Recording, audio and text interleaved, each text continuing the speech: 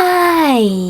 In front of me is HTC Desire 22 Pro, and today I would like to show you how you can operate split screen on this HTC. You need to start by selecting one of your apps that you wish to open in this view. I will go with Play Store.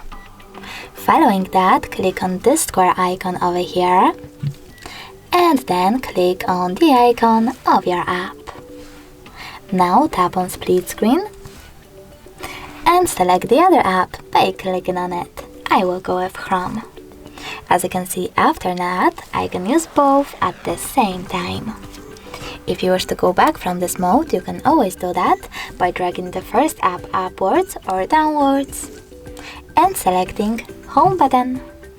Thanks so much for watching. If you enjoyed this video, don't forget to leave a like, comment, and definitely subscribe.